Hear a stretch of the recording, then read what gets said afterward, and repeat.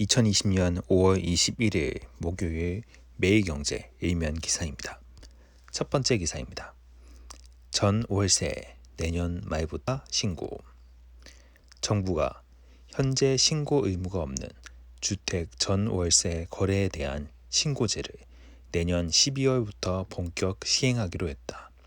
그동안 세금을 줄이려는 임대인 또는 재산 내역 공개를 피하려는 임차인 등 복잡한 이해관계 때문에 거래 내역이 파악되지 않았던 주택 임대차 거래 정보가 정부 전산망으로 흡수되는 것이다.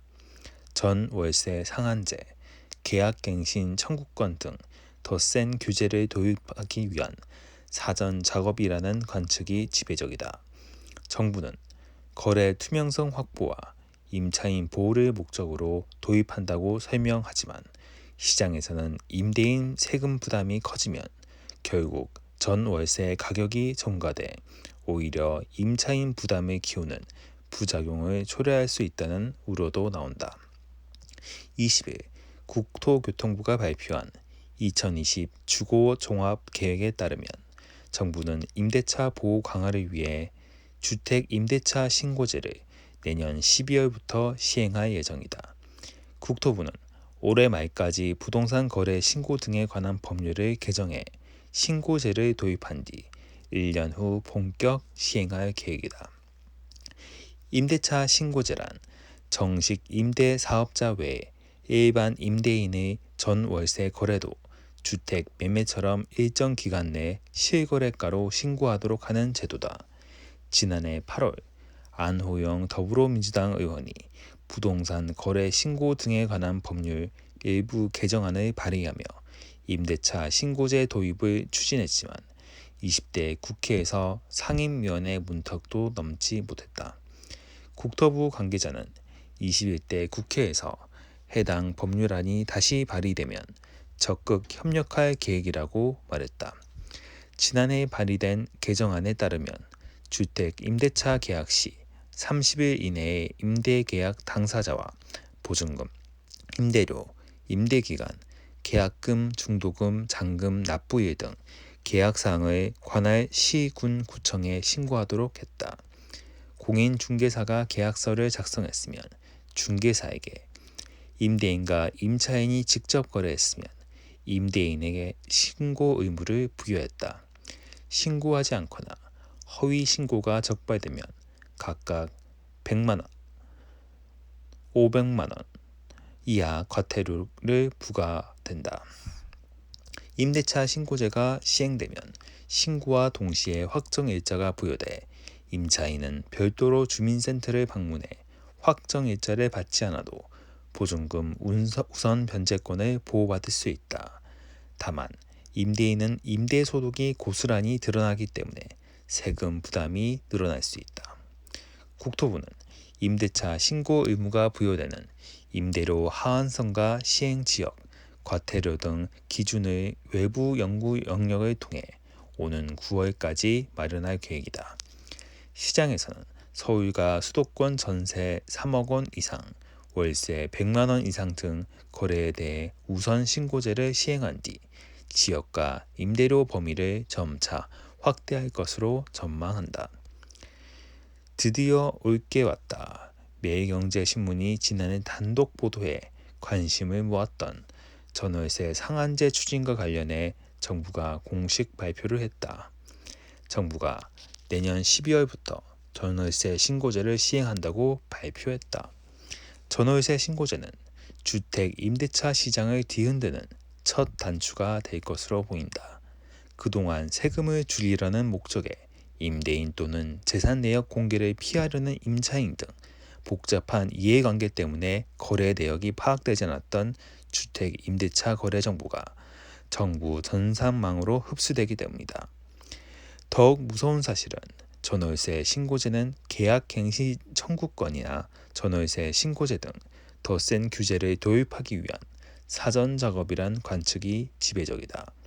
정부는 거래 투명성 확보와 임차인 보호를 목적으로 도입한다는 입장이지만 시장에서는 임대인의 세금 부담이 커질 경우 결국 전월세에 전가돼 오히려 임차인 부담을 키우는 부작용을 초래할 수 있다는 우려도 나온다.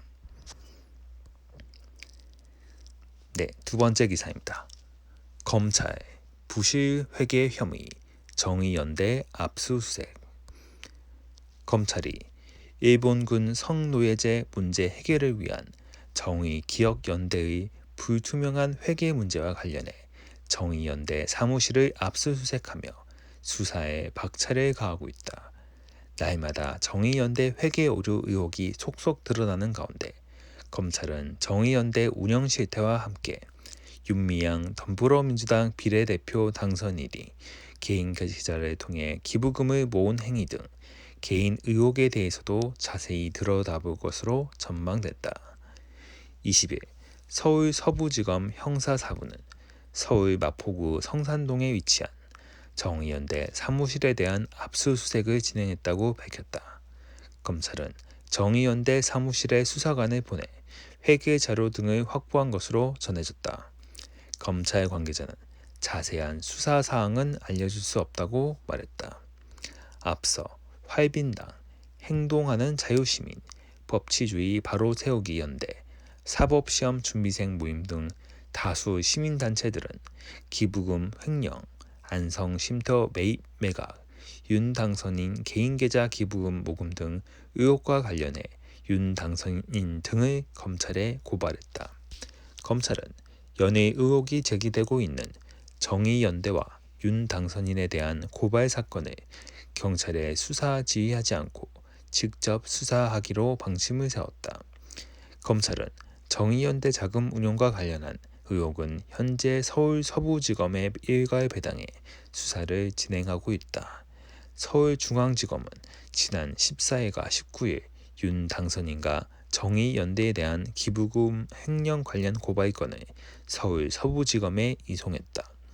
한편 대검찰청은 정의연대 후원금 횡령 의혹과 관련한 고발이 이어지자 최근 반부패 강력부 소속 회계분석 전문 수사관 한 명은 서울 서부지검 형사4부로 파견한 것으로 알려졌다.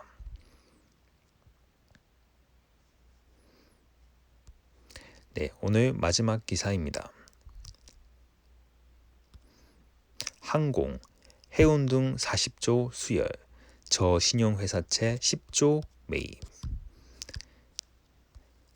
40조 원 규모 기간산업안정자금기금 지원 대상이 총 차입금 5천억 원 이상, 근로자 300명 이상인 항공 해운 업종으로 확정됐다. 이로써 대한항공과 제주항공, 대한해운 등이 기간산업안정기금을 지원받는 수혜를 입을 것으로 예상된다. 홍남기 부총리 겸 기획재정부 장관은 20일 정부 서울청사에서 금융위원회 등 관계부처와 함께 제4차 비상경제 중앙대책본부 회의를 열고 이 같은 내용을 골자로 한 기간산업 안정기금 세부 운영 방안을 발표했다. 정부는 자금 지원 대상 업종을 항공과 해운 업종으로 하고 매출 급감 등으로 국민 경제에 중대한 영향을 미칠 우려가 있는 업종을 추가 지정할 수 있도록 했다. 항공사는 대한항공, 아시아나항공, 제주항공, 에어부산 등이, 해운사는 HMM, 현대상선, 대한해운, 펜오션 등이 해당된다. 기간산업 기업 협력 업체를 위해서는 1조 원 범위에서 기간산업기금을 활용한 협력업체 지원 특화 프로그램을 도입한다. 이와 함께 정부는 10조 원 규모 저시보험 매입을 위한 특수목적기구 설립 방안을 공개했다. 특수목적기구 SPV는 산업은행 출자 1조 원과 사는 후순위 대출 1조 원 등으로 정부가 총 2조 원을 조성하며 나머지 8조 원은 한국은행 선순위 대출로 구성됐다. 하느니 투기 등급 금융상품에까지 자금을 직접 투입하는 첫 사례다. SPV 투자에서 손실이 발생하면 2조 원 범위에서 정부가 우선 손실을 보게 되며 2조 원을 넘어서면 한국은행이 손실을 보는 구조다.